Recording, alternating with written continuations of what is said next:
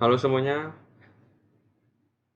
perkenalkan saya dari kelompok 4. Saya akan menjelaskan tentang ringkasan dari eee, tugas mata kuliah konsep sistem informasi. Perkenalkan, kelompok saya diketuai oleh Colin Jasper, ada anggotanya Vincent Enrico Yenardi, Kenny Herbert, dan saya sendiri Simon Andrew Christian. Identifikasi sistem informasi, keamanan, dan ancaman. Apa sih itu sistem informasi? Sistem informasi yaitu adalah infrastruktur yang mengintegrasikan perangkat lunak, perangkat keras, data, prosedur, dan suatu individu yang digunakan untuk mengumpulkan, menyimpan, mengelola, dan menyebarkan informasi yang relevan bagi suatu organisasi. Namun, di tengah keuntungan besar yang ditawarkannya, pasti ada keamanan sistem informasi yang menjadi semakin penting. Karena ancaman dapat terjadi dimanapun dan kapan saja. Keamanan sistem informasi dapat datang dalam berbagai bentuk, termasuk seperti serangan malware, yaitu serangan malware ini dapat merusak data.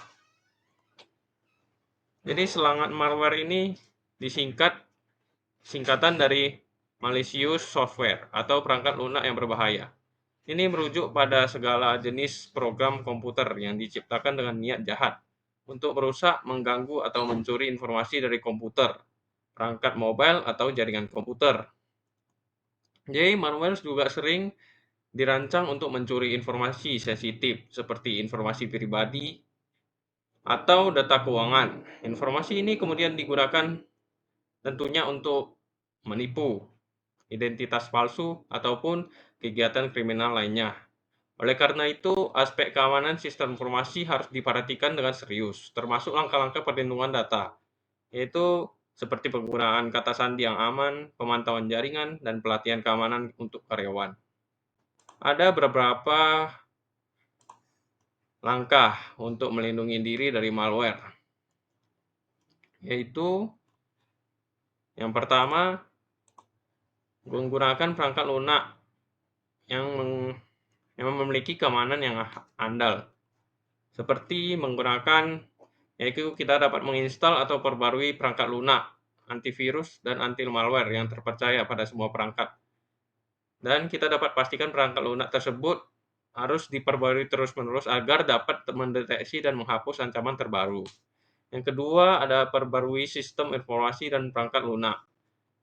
Perbarui sistem informasi dan semua aplikasi yang selalu kita gunakan itu harus kita perbarui ke versi terbaru agar keamanan yang ada pada sistem perangkat kita menjadi versi yang terbaru agar lebih rentan terhadap serangan malware. Yang ketiga, ada gunakan firewall. Firewall ini yaitu sebuah perangkat yang dapat kita install seperti antivirus dan seperti alat-alat seperti aplikasi-aplikasi yang untuk mencegah virus. Jadi firewall ini membantu memantau dan mengontrol lalu lintas internet masuk dan keluar perangkat kita. Firewall membatasi akses yang tidak sah atau potensi yang berbahaya. Yang keempat, yang itu menghindari klik tautan atau link-link yang biasa yang kita dikirimi dari WhatsApp, link-link seperti ada undangan pernikahan, ada undangan apa gitu kan.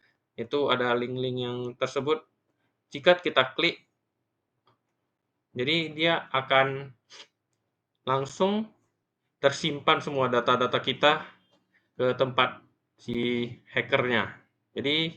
Jadi kita harus menghindari klik-klik tautan atau lampiran yang tidak dikenal oleh orang lain, sehingga kita dapat menghindari dari ancaman malware tersebut. Dan berikut ada contoh Bank Syariah Indonesia atau BSI mengalami serangan siber, sehingga layanan perbankan itu bermasalah dalam beberapa hari terakhir. Selain errornya layanan BSI, serangan siber tersebut membuat data nasabah dan pegawai internet BSI mengalami kebocoran. Data tersebut dijual dalam dark web. Dark web itu yaitu sebuah situs di mana situs tersebut itu ilegal. ada menjual tentang data-data pribadi milik orang lain, pokoknya ilegal di sana menjual-jual hal-hal yang ilegal.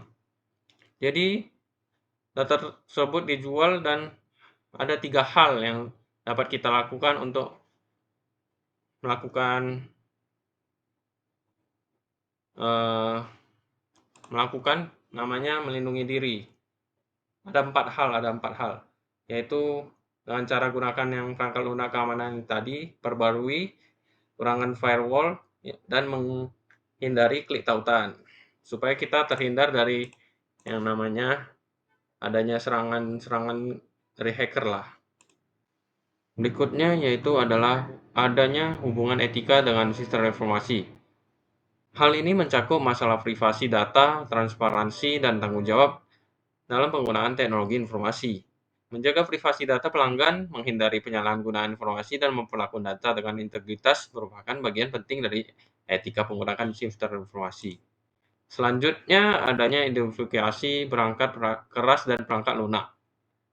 Perangkat keras dan perangkat lunak adalah suatu komponen utama dari sistem informasi. Perangkat keras meliputi adanya komputer, server, jaringan, dan perangkat penyimpanan. Sedangkan perangkat lunak itu meliputi sistem operasi, aplikasi bisnis, dan perangkat lunak spesifik industri. Sistem basis data dan manajemen data membentuk fondasi infrastruktur untuk menyimpan, mengelola, dan mengakses data organisasi secara efisien. Analisis big data melibatkan pemrosesan dan analisis dataset yang besar dan kompleks untuk menghasilkan wawasan yang berharga bagi organisasi. Intelijensi bisnis menggunakan data ini mendukung pengambilan keputusan yang lebih baik, sementara jaringan dan internet memungkinkan komunikasi dan pertukaran data di seluruh organisasi dengan dunia luar. Berikut adalah suatu contoh suatu perusahaan Amazon yang menggunakan big data untuk memahami perilaku dan preferensi pelanggan yang memungkinkan personalisasi pengalaman penggunaan dan penentuan harga yang tepat. Perusahaan Amazon menggunakan big data untuk memperbaiki rantai pasokan mereka dengan menganalisis data, permintaan, dan tren pasar. Amazon dapat memprediksi tingkat permintaan tiap produk dengan presisi yang tinggi. Sebagai hasilnya, mereka mampu mengoptimalkan persediaan mereka dan menghindari keuangan atau kelebihan stok yang berlebihan. Sekian dari kelompok kami. Mohon maaf jika ada kesalahan. Terima kasih.